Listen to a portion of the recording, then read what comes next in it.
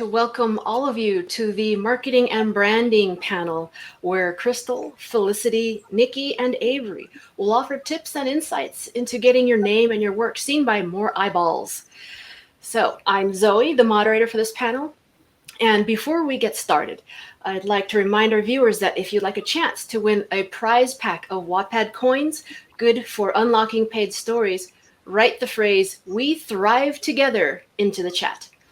Now, to begin, let's ask Crystal, which social media platforms seems to be the most effective for marketing stories? Crystal?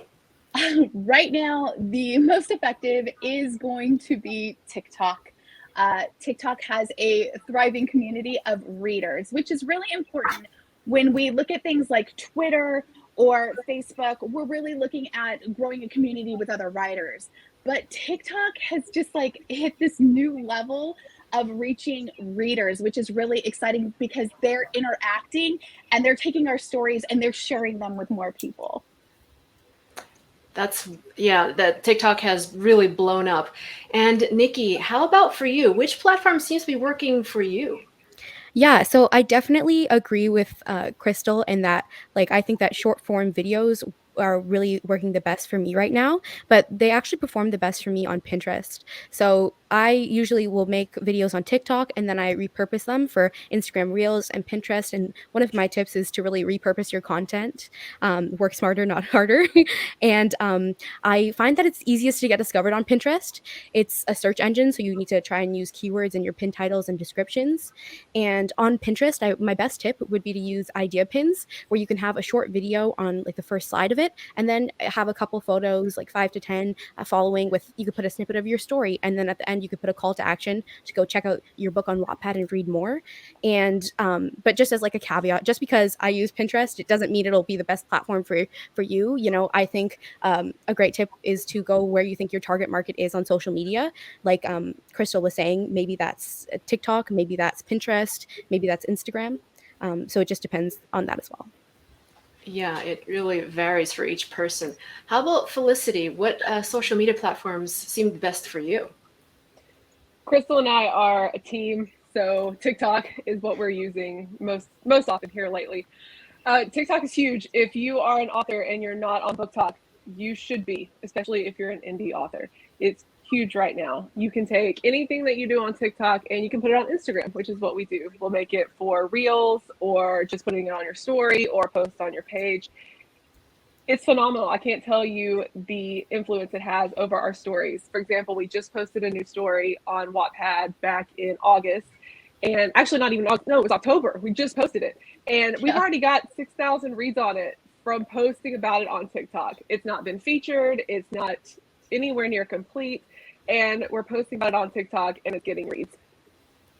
It's a crazy amount of reads. And it's because of TikTok. I'm telling you, you have to join. And even if you don't want to show your face, even if you don't want to act goofy, even if you don't, which I do, so sorry in advance if you're on our TikTok, but even if you don't want to do all that, just putting quotes, like Nikki, you do an awesome job of putting sections of your story on TikTok for people to read and getting them hooked and going to your page. That's good too. All of that, just use TikTok. I can't express it enough. It's really important. So bottom line is use TikTok, right? Yeah, I can't. Yeah. Sorry. In case you didn't get that point. Yeah. All right, Avery, what are your thoughts on this? Yeah, I think like everyone said, TikTok's definitely an emerging thing and it's become more and more of a thing. I think it depends on your goals too. I personally, Instagram is still my favorite, even though maybe it's not the best for new discoverability. I find it's a really good way to connect with my existing readers. And just the still form graphics is just a little more natural for me. So that's where I gravitate to. But yeah, it depends on your goals. TikTok is definitely a great place to try to get out there and find new readers. I think Instagram's nice if you want to engage with your existing community. And like they said, Twitter is really great about the writing community itself, especially if you're pursuing traditional publication. That's definitely a great resource of information as well. So it just depends on what exactly you're trying to accomplish. I think it's nice to diversify too and be on a couple platforms. I mean, ideally, you don't want to spread your focus too thin, but if you can pick 2 or 3 and do them well, I think that's probably the way to go. That's good advice. So now that we have a good idea of which platforms we should be using, what are some tips for successfully building your brand while maintaining physical anonymity, like somebody brought up earlier. Nikki is one of those authors that does not show her face, and you can totally do social media. So, Nikki, what are your thoughts on that? Yeah, I'm totally on a bunch of social medias and I don't show my face like you're saying. And my best tip would really to be to let your personality shine through your words and with your branding. I'd say I'm a pretty bubbly person, so I picked bright colors and fonts that pop. And so I try to make sure all of my social media stays consistent with that, and everything I write on social media has like a friendly conversational tone because that's my personality. I also really try to talk one on one with my readers and get to know them in like comments and messages, since they can't see my face and things like that. So I think that no matter what any algorithm's doing, or if your book's featured, or if you show your face or not, I think the best way to grow is to really build a community and build connections with people. I think when you really focus on people, on that community, it doesn't matter if you're showing your face or not, which is kind of cheesy, but I think like just building that community is a great way to do that, and you can do that with your face or not. Yeah, that is true. Did anyone else have anything else to say about this topic? Because the next topic is a much bigger one, but anyone else have something they want to chime in? I do. Okay. And using Oh, you Nikki do? as Go. I do. Using Nikki as the example, what Nikki has done really, really well is that she has found a color scheme, especially with the pinks and the bright oranges, that she carries through on all her social media. It's on her Wattpad, it is on her Twitter, it is on her TikTok. So when you see Nikki, she's really done a great job of branding herself with just her logo. So to find those colors and stick with them, even her posts on Instagram, they feature those colors. She does like Wattpad tips and they will come up, and immediately I don't even need to look at the name to know that I'm looking at something from Nikki Pierce. So really think about that in what you're going to continue to carry along, since there's not a face to go along with your content. There needs to be something that really, really hooks the readers to think this is you. And like I said, go look at Nikki. Even her website follows that same color scheme. It's just throughout everything. And now when I see those things, they're associated with her. Thanks, Crystal. You said that so eloquently. Thank you. All right, so let's move on to strategies for succeeding on social media. This is something that everybody wants to know. How do I make it? Why don't we let Felicity start us off? The biggest thing that we've tried to focus on our social media is consistency.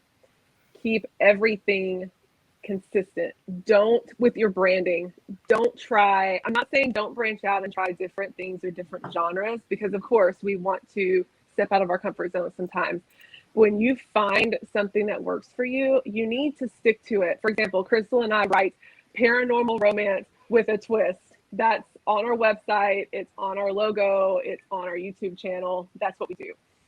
Are we ever going to try to write something different? Maybe, but all of our stuff is paranormal romance with a twist. That's what we do.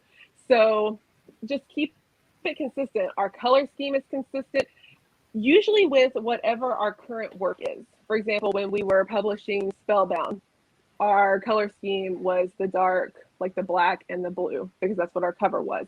When Spellbound comes out with Wattpad books, we don't know what the cover is going to look like yet. We've seen some comps, but we don't know for sure. Whenever it comes out, our color scheme will probably change a little bit to go with that, because that's going to be our focus. So just stay consistent. That is our number one tip with social media. Keep your same profile picture. Like Nikki, for example, that's her profile picture across her social media. Our profile picture is the same, whether it's TikTok, Instagram, Twitter, it's the same one. Keep it consistent so that your readers know when they see it that that's you. Consistency is key. That's our number one tip. Consistency is key. And Avery, what are some strategies that have worked for you on social media? Yeah, I mean, I think what Felicity said, it makes a lot of sense. I think you need to think about the experience that you're offering the readers and brand kind of like according to that. So you want your branding to really align with, like, if you're a steamy author like I am, then obviously that's going to factor into like the images that you use, maybe the fonts, the teasers that you use. Like, you really want to give readers an idea of what your work is about. And yeah, like they said, like, be consistent with your colors and just kind of try to like develop a feel for it. Like they said, Nikki does a really good job with the pink and everything. So if you see like a Nikki like graphic, you're going to see it and think of Nikki's work. I think like you can't be all things in your branding, so you just need to pick. It's like how Pepsi and Coke have a logo, and that is them. You really want to have something that your readers are like, oh, that's an Avery graphic or something. Like you just want to be able to evoke that recognition with all of your materials. That makes a lot of sense. And Crystal, how would you advise our readers for succeeding on social media? I'm going to take the consistency thing a little different, in that being that when you are posting on social media, it needs to be consistent. If you're going to be on TikTok, you should be posting anywhere from 4 to 6 times a day. And I know that's a lot. So we always challenge people to do 30 days. Give yourself 30 days to grow your TikTok by posting anywhere from 4 to 6 times a day. But the same thing with Instagram, or if you're going to do a YouTube channel, it's the same idea that we have with our stories on Wattpad. Our readers expect to see a story, a new chapter up every, Monday or Friday, whatever it is. And that's the expectation. They should have an expectation when it comes to your social media as well. So if you're going to do YouTube videos, you want to have a day that you're always pushing out that YouTube video. So there's that anticipation there for something new from you. And the same thing should go over into Instagram or whatnot. They should expect that every day I'm going to see something from Avery. Every day I'm going to see something from Nikki. Like, you should become dug into their lives. Like, you want to be in their face all the time, but with something they really love. So you want to make sure that that content that you're putting out is something that they feel they need to consume. That's a lot of great advice. And finally, Nikki, I know everyone's been using you as a great example. Any strategies you'd like to share with their viewers for succeeding? Yeah, thank you. I completely agree that I would say I agree that consistency is key, and that's like it's something that I totally agree with. Another tip that I have is to not be afraid to try new things, like to hop on the newest social media platform. Like if you were on TikTok really early, like it was a lot easier back then to grow. It's still very easy to grow now, but I mean, like, imagine if you were one of the first people on TikTok.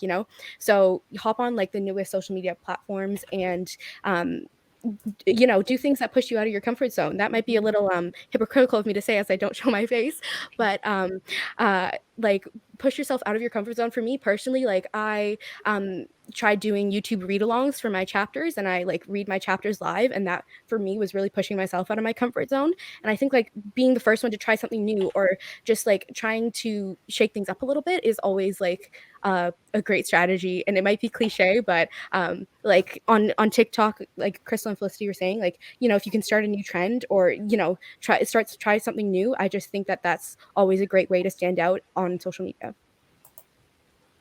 Sure is. All right. So we've got a lot of great advice. And now let's go into like some do's and don'ts for building a successful brand. There's a lot of things you shouldn't be doing either. Let's have Avery start us off on that. I think for don'ts, one of my things would be, especially on the Wattpad platform, is like, don't spam your story on other people's stories, comments, DMs. It's just not polite. Like, there's appropriate avenues to do that, like book clubs and contests and that kind of thing. Like, I personally just delete stuff like that. That's not your space. So it's not really an appropriate use of somebody else's space to do that. And as far as do's go, I think we touched on like the consistency part. I think just have fun with it. Like, if you're not enjoying the social media marketing efforts, like, you're probably not going to be consistent or keep up with it. So I think you need to find a strategy that works for you. Even if it's not necessarily maybe as often as it, might be ideal, it still has to kind of fit in with your general plan in your life and be sustainable, because otherwise you're going to end up getting frustrated and probably not keep up with it at all. So I think just finding kind of that balance where you can like support your writing, but not have it take over your efforts.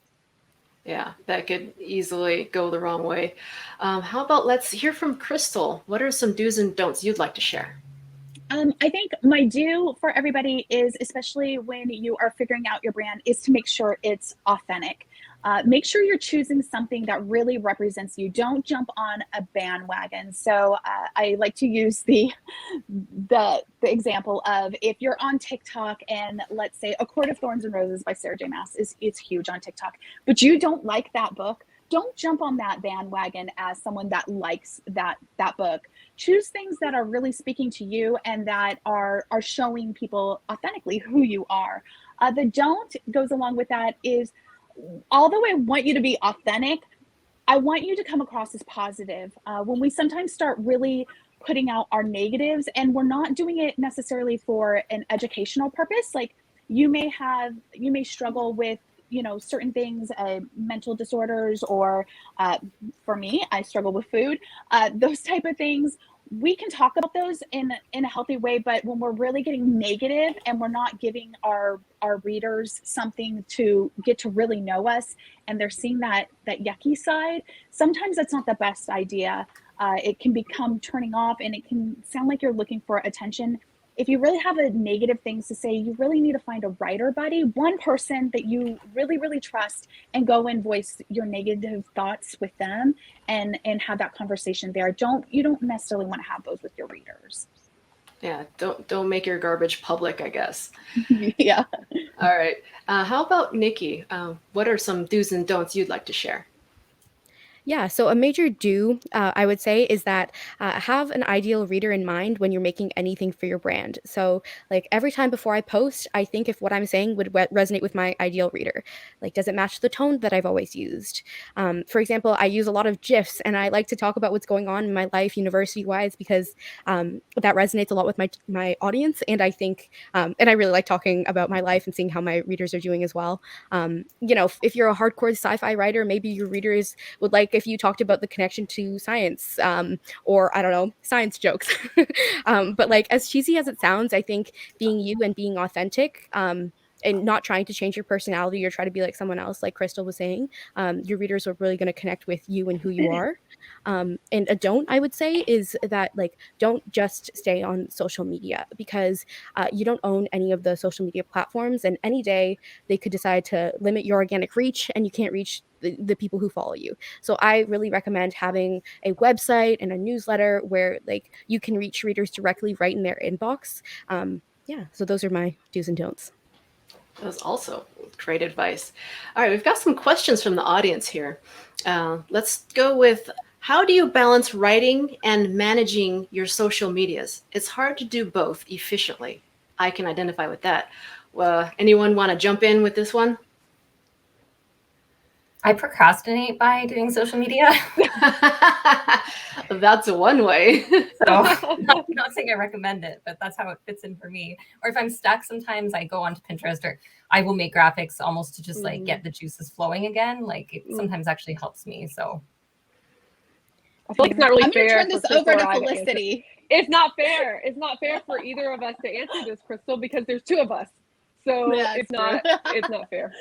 But I will say, but I do want to say that one thing that Felicity does really great, because she runs our TikTok, is that she does things ahead of time. So she will, when she has a moment, because we write together and we're not writing, she'll take an hour, 2 hours just to sit down and make TikToks. And so she's sitting there with them. She gets them all ready, and she doesn't necessarily put the text on them. She doesn't know what it's going to be about. She just picks something that's trending that she thinks is kind of fun, and she could perhaps turn that into something bookish, and then she'll post it later. So just utilizing your free moments to set up what you're going to post in the future is a great idea. Kind of having like a week's worth of stuff or a few days worth of stuff, so you're not stressing about social media every single day. Yeah, just use whatever like little moments you have. That's what I try to do. Yeah, I do the same thing. Is any little moment I have, record something and use it later. Yep. Yeah, I definitely feel that struggle. I'm like a full-time university student and trying to write and social media, and sometimes I feel like I'm always dropping some ball that I'm juggling. But a major tip, like Crystal and Felicity were saying, I think, is batching tasks, because like when I get into the flow of making a bunch of graphics or making a bunch of TikToks, like I feel like I get them done a lot faster. So batching tasks, I find really helps. And then that also helps with staying consistent across it, because you're batching the tasks, making sure they're all the same like aesthetic or same like branding across them all.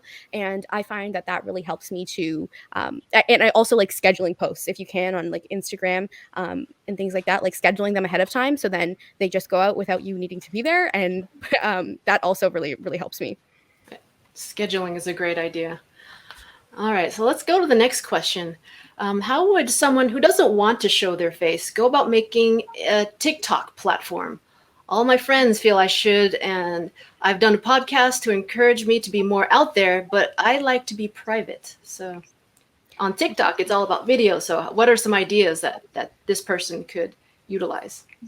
Yeah, I don't show my face on TikTok, and I don't have the biggest TikTok following, but mainly I share a lot of snippets of my writing, quotes, things like that, and also like videos you can take of. I've done some like day in the life where I don't show my face, but I just show like my writing routine or just a day in my life as a writer, things like that. Have worked really well for me on TikTok. I don't know if you guys have any other ideas for ones without your face, but also like finding inspiration, like just scrolling and looking at what other people are doing and Oh, like following trends. Yeah. I got one. You can. I love doing these, and I show my face all the time. But I love doing these on. You make them on Canva, and I made one the first time I made it, and I've saved it, and I just used it as a template every time. Aesthetics for books, trying to convince you to read whatever book by its aesthetic, and so it's like a 15-second video, and the pictures go by really fast. And it could be one of our Wattpad books, someone else's Wattpad book, a published book, whatever it may be. And I just find pictures on Canva Pro or Pinterest or whatever, and you don't have to show your face for that at all. You find a song that goes well with the aesthetic for whatever book it is you're trying to convince people to read, and people love those because they see the pictures, they like the music. You might even put a quote with it, and you don't have to show your face for that at all. And people love those aesthetic videos, so that's a good one to do. Yeah, And you make definitely. it one time, and that's it. You just replace the pictures. I think of something like, the artist Marshmallow, like putting big marshmallow on your head and going out there. It's funny, but it's also a brand for marshmallow. Oh, true. So Yeah. you want to, so even if it's not showing your face, and maybe you have like some weird stuffed animal that does weird things, like it's going to read a story, or it's going to participate, or your animals in your house are going to participate in the videos. You don't have to show you can get a little creative. And I mean, if you want to cut out eye holes out of a paper bag and stick it on your head, go for it, and then you'll be known as a person on Book Talk that has a paper bag over or their like head. one of those weird styrofoam heads, like any of that stuff. So, and sometimes those funny videos will, just for the funny factor, it will pull in so many views. So don't be scared to play around with that kind of stuff and get a little silly, because really most of the people are looking for something to make them laugh on TikTok. So that kind of stuff will work. People love silly. Yeah, absolutely. All right. We have another question here. On Pinterest, do you post illustrations you've commissioned, or stock images or found images that you think work as being representative of your story? I guess what are you allowed to post on safely on Pinterest? Yeah, I mainly use stock images, and then I'll use like quotes over top of the image from my own book. And so it's all content that's free to use, stock photos that you can find on Canva, and that's mainly what I use on Pinterest. Yeah. So they definitely should not be finding random images on Google and using those, right? No. That's a no-no. But you could on Pinterest, if you found like a board, as long as it's still being, accredited to the creator of that, you can make a board for your book that maybe if you're doing a historical romance, and so you find like clothing that you think your characters would wear, as long as you're not taking that picture and making it route back to your Wattpad, you're fine putting that on a board and naming the board what the name of your book is, and then putting other things in the board that are uniquely yours and routing those things back over to your Wattpad. Yes, as long as you give people credit, that's the important part. Yeah. All right, let's do another question. We've got a lot here. How do you identify your target reader so you can find where they are? For me personally, I write for people. I write for myself as my target audience. So it's easy for me because I write for like the new adult age range, and so it's pretty easy for me personally. But just thinking of like who you think is reading your book, it's very hard to do. Like I think it's not an easy thing, and it's something that took me a while, and it also helped me like being able to share my writing, because I was vulnerable with what I was writing. I feel like I'm pretty vulnerable with what I write, and like just thinking of this is meant for this one person, and sometimes if I get hate or things like that, I just know that maybe they're not my ideal reader and the person that the book is meant for, but that's not really helpful in understanding who your ideal reader is. You guys have any thoughts about that? I think you have to play around. So you see something really works. So let's say you're putting something up on Instagram, and one, you want to play with the tags on Instagram. If you're not tagging, if you're only putting things up in your story where you can't tag anything, you're doing yourself a disservice. Make sure on Instagram that you are putting things down where it's actually getting posted and that you are tagging them, just like you want to tag your book in Wattpad. And you want to have relevant tags. And when you see, I mean, it's a little bit of a scientific little project for you. You want to sit down and go, okay, I got a great response out of this. What were the tags I was using?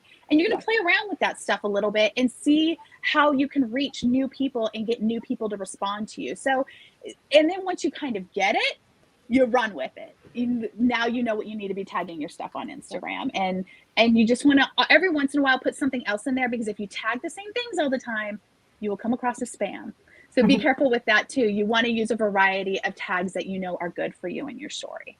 Tags. So basically use tags and help people find you versus you hunting them down. Yes. Exactly. Another thing I was going to say real quick is I think like not to copy their strategy, but ideally as an author, you should have some comparable authors that are like in a similar lane. So if you know that your writing is like Willow Winters, I'm just going to use her because she slays on TikTok, then what platforms is she doing well on? Like that's a really good way to find out where you're probably going to be successful as well.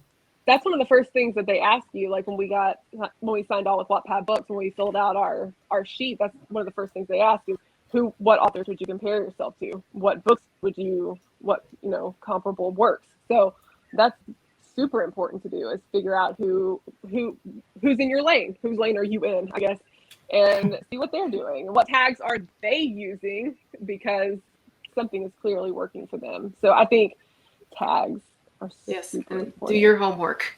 Yeah, I can't think of anything more important. All right, I think we've got time for another question. All right, this one goes, what does better when capturing attention on social media? Using a quote or a book mock-up or a brief summary, or what? Or maybe a mix of all of the above? I'd say a snippet from the book, like a quote from from the text itself. I wouldn't say a summary. I'd say something from the text. That's what I find works for us. I find that the ones that seem to do best are like the most, either it's dialogue that's funny. Dialogue, yeah. Yes. Or something that's spicy. Spicy, yes. I was going to say funny. spice. Yes. If it's spicy, it'll work. Spicy and funny. And keeping it something, remember, you only have so long to capture someone's attention. So you don't want to do like a whole, until you've kind of got yourself established, you don't want to have anything where somebody's like, it feels like a daunting task. Like, oh my gosh, I have to pause this and read all this. So in the beginning, what we did with TikTok was a lot of the dialogue, like Zoe was talking about, where it was just really quick, 15 seconds of dialogue back and forth. And we put it, because we write paranormal romance, so it would be him and her, and it would just go back and forth. So we didn't even put the dialogue tags in there. You just got an idea of like, oh, that's him, that's her, that's him, that's her. So it was like really quick. And that was kind of how we started off with that stuff. And it worked really well. All right. Well, I think we're running out of time here. We did have a lot of great questions. So if your viewers have more that you want to ask, a lot of us have expo booths. So feel free to visit any of our booths when we're there, and we can probably answer some of your questions there. And so up next, the panel is probably one you don't want to miss. It's From Wattpad to the Big Screen, demystifying the process of how a Wattpad story turns into a movie or TV series. That's going to be an interesting talk. So thank you all for watching us, and I hope you do well on all your social media. Good luck to everybody. Thank you. Thanks. Thank you. What is Writers Connect? It's a community of writers helping other writers. Most of us are Wattpad stars. And that's the connecting thread. Thanks for sponsoring us, Wattpad! But we are writers first. It's what we do. We write every single day. Well, some of us do. So we've decided to hold our own author convention. We have panels organized by writers with topics we want to talk about. Genre panels like romance, new adult, and vampires. Industry panels like serial fiction, the craft of writing, how to get an agent and keep one. And we have author meet and greet sessions all online. We don't just talk about it, we live it. We're not a panel of experts selling books about how to do things. We're writers, just like you, and we have experiences to share. So connect with us. Maybe you learn a thing or two. We write together, we thrive together. Writers Connect, November 5th through 6th.